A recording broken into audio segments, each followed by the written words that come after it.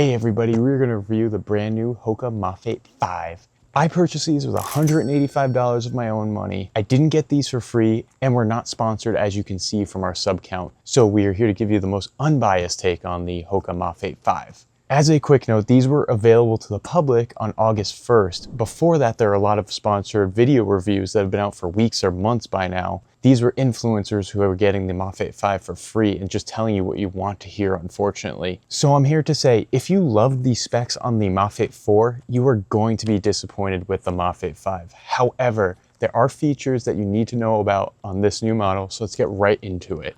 Comfort and fit, we rated that a 9 out of 10. So I tested out a size men's 10.5 regular.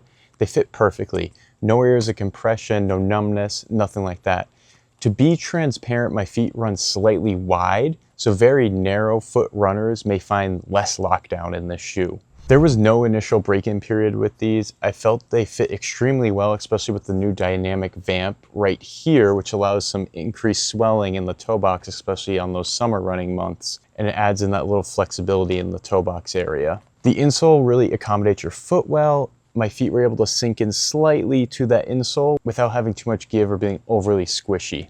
The heel stack we measured at 40 millimeters. Obviously that's outstanding for the cushioning and the amount of bounce you feel while heel striking. One of the downsides that nobody is talking about is the over compression though at the heel here.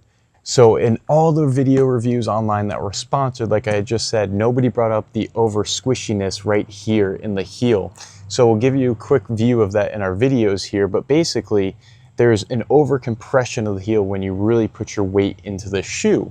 So it's going to result in a topple over effect, especially when you're going on uneven terrain. So that's one of the biggest differences between the Mafate 4 and the Mafate 5. The 4 had less of a heel stack, and the heel to toe drop was actually at 4 millimeters, while this one's at 8 millimeters.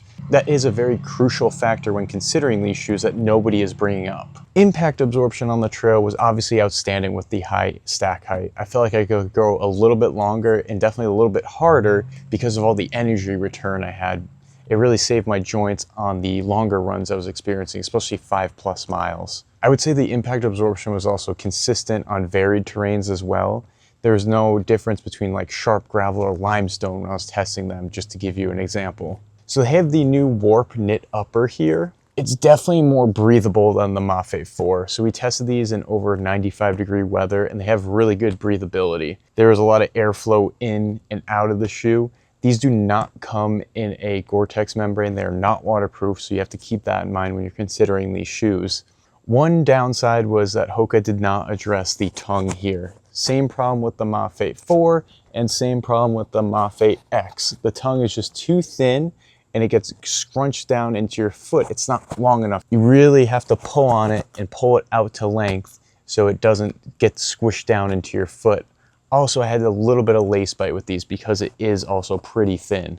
So one of the great features we always bring up about the Hoka trail shoes, it has the meta rocker geometry here, which is a subtle curvature in the sole of the shoe, which gives you that forward heel to toe motion, making your stride more efficient, especially for heel strikers. They also have a TPU plate here on the side. I should call it more of a cage, honestly, that helps that late stage curve have more structure and shape to it than the other Hoka trail shoes out there. It felt much more structured and maintained its shape better on uneven terrain compared to like other previous models like the Challenger 8 here. So as always, the Meta Rocker makes a shoe feel a lot more lightweight than it actually is. We weighed it in at 11.5 ounces, which is exactly what Hoka measured them at, but they definitely feel an ounce or two lighter than that because of the subtle curvature in the rockered sole.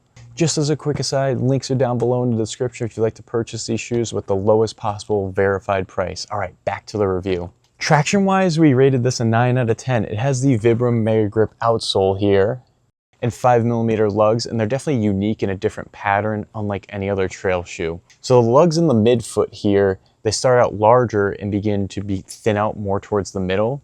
That really helps shed mud on the trail as well as enhance that lateral stability of the shoe. Speaking of the lateral lugs, they're much more firm on this side, which really help that grip during incline running and uneven terrain. However, in addition, each lug contains miniature rubber micro spikes, as you can see. That really helps enhance that grip on that uneven terrain. Overall, Hoka has been incorporating these miniature rubber spikes into their shoes, and it definitely gives you just a little bit more grip on the trail.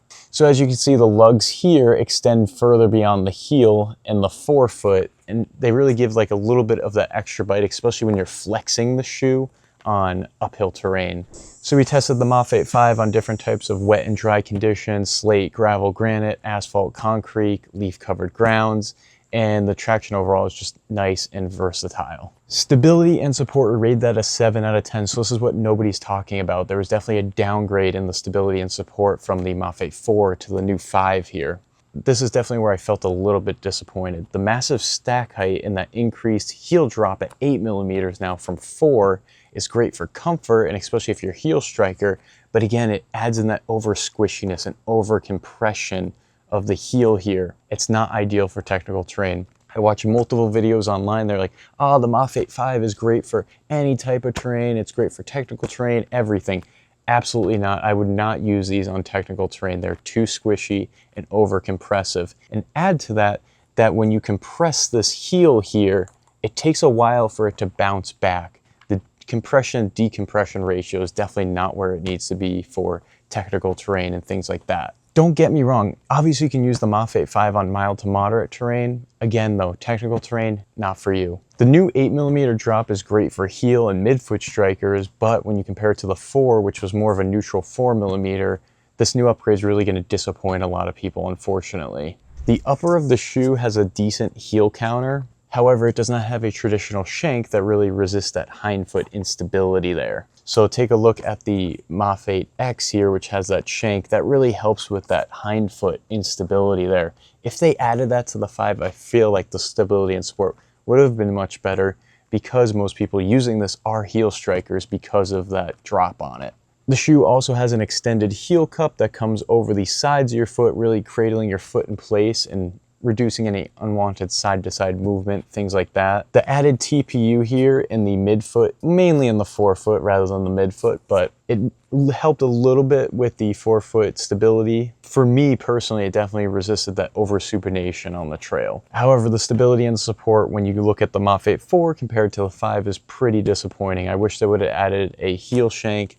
I wish they didn't go up in the heel to toe drop as high as an 8mm drop rather than the previous 4, but again, one of the more disappointing features of this new model. Weight, we rated it a 7.5 out of 10. So we weighed it in at 11.5 ounces, exactly how much Hoka said they weigh. That's an increase of 1 ounce from the Mafate 4. Not the worst with all the new added foam here and that massive stack height, to be completely honest. It's definitely not the heaviest trail shoe, but definitely not the lightest. So people looking for an ultra distance trail shoe, not the best fit for you. I will say the shoe definitely feels much lighter than its counterparts because of that rockered sole, as well as the energy return on flatter terrain. Overall protection, we rated it a 7.5 out of 10. There's a protective rubber toe cap here that covers the entire toe box. They definitely could have added a little bit more sturdiness here in the toe box for better protection. But with the high stack height and all that foam, there's a large amount of foam between your foot and the trail. It doesn't incorporate a rock plate, but it really doesn't need one. Otherwise, the overall protection from the Mafate 5 isn't terrible. So is the Mafate 5 worth it? So for $185, it's definitely an enticing package for someone who loves trail running, but not at the ultra or competitive level. Definitely not people on technical terrain. This is for somebody who's on mild to moderate terrain, a weekend trail runner, somebody who's not tackling super difficult terrain, but somebody who really wants a lot of cushioning and is a real big heel striker overall. So for value, we rated it a 4 out of 5. And our overall score for the new Mafate 5 is at 8.1 out of 10. Again, there are some little disappointing features to it, but overall it's still a nice, very comfortable trail running shoe. However, you need to be aware of that stability issue, and especially the new heel to toe drop, as well as the new increased stack height.